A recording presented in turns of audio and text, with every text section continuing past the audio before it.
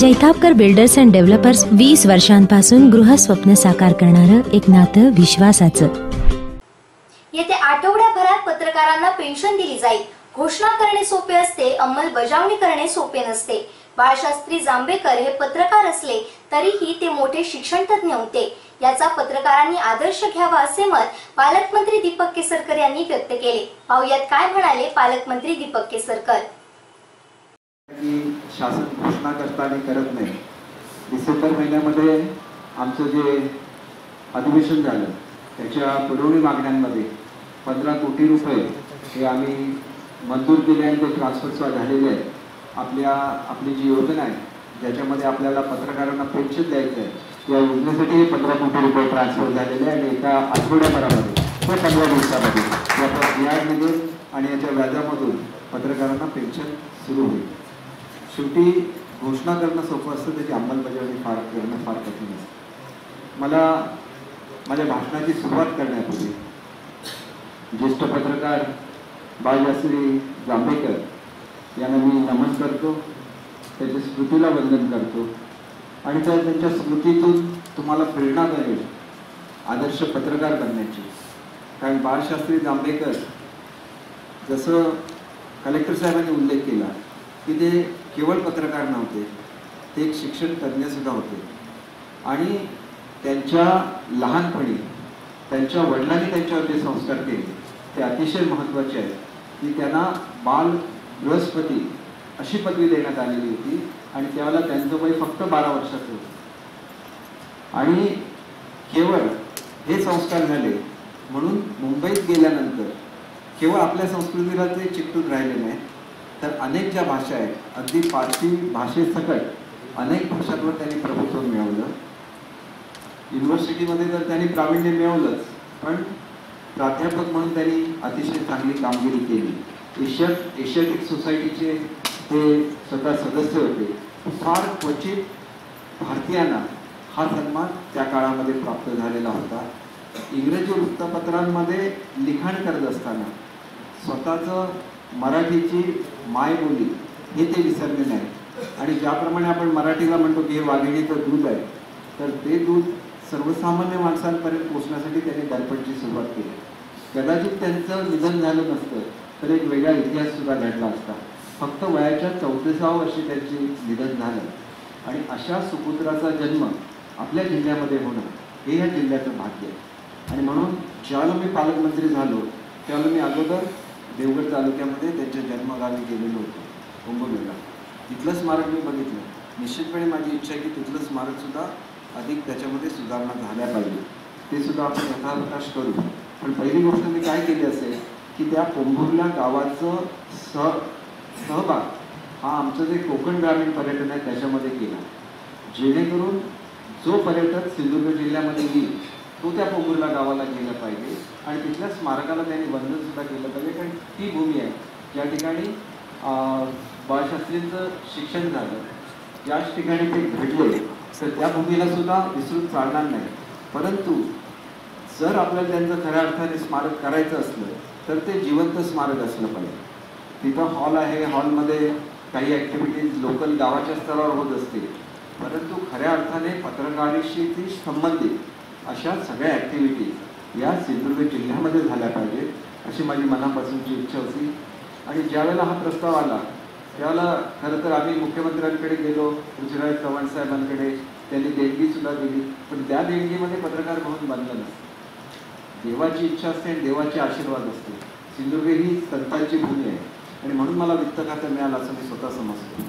आणि वित्त खातं आणि इतर खात्यांमध्ये फरक असा आहे की इतर खात्यामध्ये मंत्री आणि राज्यमंत्री असतात पण कुठल्याही डिपार्टमेंटचा राज्यमंत्री हा बजेटचं किंवा आपल्या प्रमुख पॉलिसीचं वाचन करत नाही। आमच्याकडे 2 हाऊसेस असल्यामुळे खालच्या हाऊसमध्ये आपले अर्थमंत्री भाषण करतात आणि वरच्या हाऊसमध्ये राज्यमंत्री बजेटचं भाषण करत असतात। त्याच्यामुळे ज्याला आम्ही हे बजेट फायनल करतो त्याला अनेक गोष्टी घालण्याची संधी राज्यमंत्री असली तरी आपल्याला मिळत असते आणि ती संधी जर माझ्याकडे नसती तर हे स्मारक उभं सुद्धा राहिलं नसतं। एवढे पैसे गोळा होणं आणि ते सिंधुदुर्गसारख्या छोट्याशा जिल्ह्यातून गोळा होणं हे फार कठीण असतं। मला तुम्हाला एकच गोष्ट सांगायची आहे, शेवटी आपल्या जिल्ह्याचा सुद्धा विचार करायला लागतो तिथं आपण किती पैसे गोळा करू शकतो याला सुद्धा लिमिट असतं. आणि म्हणून 4.5 कोटी रुपयाचं पत्रकार भवन क्वचित कुठल्याही एखाद्या जिल्ह्यामध्ये, जे मोठे जिल्हे आहेत तिथं कुठल्याही जिल्ह्यामध्ये एवढं मोठं पत्रकार भवन नाही. हे आपण करू शकलो, त्याच्यामध्ये बाळशास्त्रींची पुण्याई आहे म्हणून आपण हे करू शकलो. आणि म्हणून तुमचं जे पत्रकार भवन असणार आहे त्याच्यामध्ये सुसज्ज हॉल असणार आहे, परंतु त्याच्या खाली बेसमेंटसुद्धा आहे. या बेसमेंटमध्ये काही म्हणजे उद्या जर तुम्हाला भाड्याने द्यायचं असेल तर त्याच्यामध्ये तयार करण्यासाठी खोल्या किंवा त्याच्यामध्ये टॉयलेट्स सगळ्याची व्यवस्था आहे. पहिल्या मजल्यावर बाळशास्त्री जांभेकरांचा पुतळा आहे जो अनेकांना प्रेरणा देत राहील. त्यामध्ये जसं सभागृह आहे, या सभागृहापेक्षा थोडंसं मोठं सभागृह, ज्याच्यामध्ये 2 टप्प्यामध्ये जे सभागृह आहे त्याच्यामध्ये गॅलरीसुद्धा आहे. आणि त्याच्यापेक्षा महत्त्वाचं की तिथं एक गॅलरी आहे. जसं तुम्ही कविवर्य केशवसुतांचं स्मारक बघायला गेला मालगुंडला, तर मालगुंडला जसं त्यांचा जीवनपट हा त्या ठिकाणी साकारलेला आहे, तसा जीवनपट त्या ठिकाणी साकारणं हा तुमच्यापैकी प्रत्येक पत्रकाराचं कर्तव्य आहे. या गोष्टी केवळ पैशाने होत नाही, याच्यामध्ये मन ओतायला लागतं आणि ते मन ओतून तुम्हाला ही गॅलरी करायला लागेल, जेणेकरून पुढे होणाऱ्या पत्रकारांना त्या गॅलरीमध्ये जी माहिती मिळेल त्याच्यामधून प्रेरणा घेता येईल. पत्रकारितेमध्ये केवळ पत्रकारिता नसते तर त्याची साधन सूचिता सुद्धा असते. आणि ही साधन सूचिता असणारे पत्रकार आपल्या जिल्ह्यामध्ये आहेत याचा सार्थ अभिमान मला आहे. आणि म्हणून कोणी अशी शंका बाळगण्याचं कारण नाही. ही घोषणा मी मार्च 2016 केलेली होती बजेटमध्ये, मार्च 2016, आणि आज डिसेंबर 2018 आहे. म्हणजे 1 वर्षामध्ये गेलं, 1-1.5 वर्ष, परंतु त्याला अनेक फॉर्मॅलिटीज सुद्धा असतात. मुळात हे स्मारक असं एकमेव स्मारक आहे की जे शासनाच्या जमिनीवर बनलेलं नाही. दुसरं मुख्य बाब अशी होती याच्यामध्ये की हे स्मारक जरी शासनाचं असलं तरी हे पत्रकार संघाला त्यांच्या ताब्यात राहायला पाहिजे, ही जी भूमिका आहे. आणि अशा तऱ्हेची व्यवस्था महाराष्ट्रामध्ये प्रथमच घडते. आणि म्हणून संपूर्ण स्मारक तयार होईल, हे शासनाच्या खर्चाने तयार होईल. संपूर्ण पत्रकार भवन, कुठलेही पत्रकार भवन हे संपूर्ण शासनाच्या खर्चाने झालेलं नाही. त्याला लागणारी जमीन आणि मुख्यमंत्रीचा निधी एवढाच पत्रकार भवनासाठी दिला जातो आणि तो 40-50 लाख रुपये असतो, त्याच्यामध्ये पत्रकार भवन बनत नाही. त्याच्यामुळे अनेक दात्यांकडे आपल्याला जायला लागतं. शेवटी पत्रकार हा निस्पृह राहायला पाहिजे, तर त्याला कोणाकडेही पैसे मागायला लागतं का म्हणून, अशी माझी स्वतःची भावना आहे. की आम्हाला आमचे राज्याचे अध्यक्ष आहेत, इतर मंडळी आहेत, ती सुद्धा इथं आली पाहिजे. आणि म्हणून आपला ज्याला पत्रकार दिनाचा कार्यक्रम होता ज्याला मी आलेलो होतो त्याला मी सांगितलं होतं की 1 आठवड्याच्या आत आपण हे भूमिपूजन का करायचं आहे, तर शेवटी हे बाळशास्त्री जांभेकरांचं स्मारक आहे आणि हे ठराविक दिवसामध्ये पूर्ण झालं पाहिजे. आणि म्हणून आज सुद्धा 11 आणि 12 तारीखला, खरं तर CM साहेब 12 तारीखला याची सुद्धा त्यांची तयारी होती, परंतु त्यांची राष्ट्रीय परिषद दिल्लीला व्हायची होती. आणि मी त्यांना म्हटलं की 12च्या वेळी आम्ही 1 दिवस पुढे ढकलतो आणि 13ला घेऊया, तर त्यांचा पुण्याचा दौरा 13 तारीखला ठरलेला होता. मुनगंटीवार साहेबांची सुद्धा यायची तयारी होती. आपल्या RDच्या मिनिस्टर पंकजाताई मुंडे आहेत, त्यांची सुद्धा यायची तयारी होती.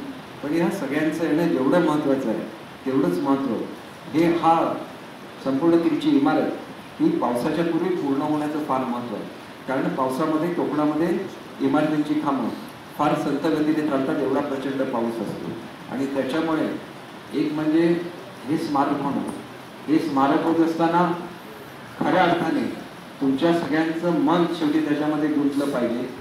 शेवटी मी एक गोष्ट लक्षात घेतली पाहिजे, शेवटी अर्ज लागते, इथं रुपयामध्ये लागतं हे की तुम्ही हे केलं पाहिजे म्हणून. आणि म्हणून अनेक वेळेला मी त्याला सांगतो त्याला वेगवेगळे त्याचे अर्थ काढले जातात.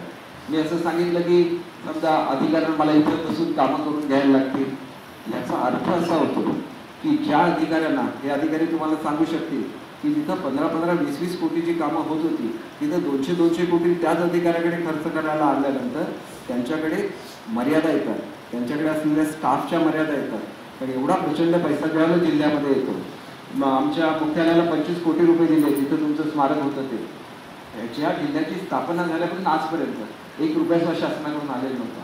25 कोटी रुपये आमच्या कालच्या बजेटमधून रिलीज सुद्धा केले आणि हे 25 कोटी रुपये जिल्हाधिकाऱ्यांच्या अकाउंटला जमा होणार आहे. की पुढचे 6 महिने हे सिंधुदुर्गवासियांच्या दृष्टीने अत्यंत महत्त्वाचे आहे.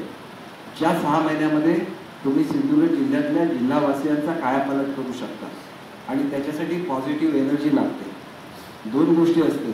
आपण एकतर एक ग्लास बघितल्यानंतर तो ग्लास अर्धा भरलेला असं म्हणू शकतो, किंवा आपण तो अर्धा रिकामा आहे असं सुद्धा म्हणू शकतो.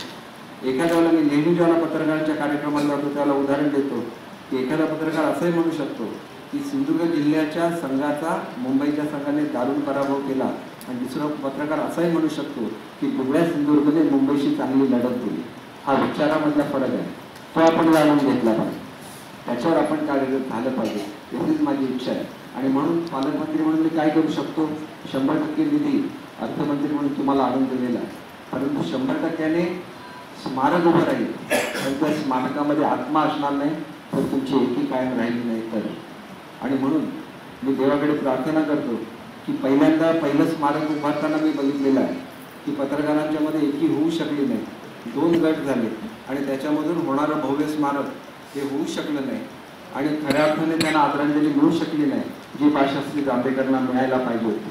आज मी तुमच्याकडून अपेक्षा केली तर एवढीच अपेक्षा करेन की तुमच्यामधली एकी कायम राहो आणि उत्कृष्ट पत्रकारिता कशी असावी याचं दर्शन संपूर्ण महाराष्ट्राला नाही तर संपूर्ण भारताला हो. एवढी चांगली बुद्धी तर तुमच्याकडे आहेच, परंतु त्याची अंमलबजावणी आपल्या हातून घडो, एवढे आशीर्वाद आपल्याला बाळशास्त्री जांभेकरांचे मिळो अशी या प्रसंगी मनापासून ईश्वराकडे प्रार्थना करतो.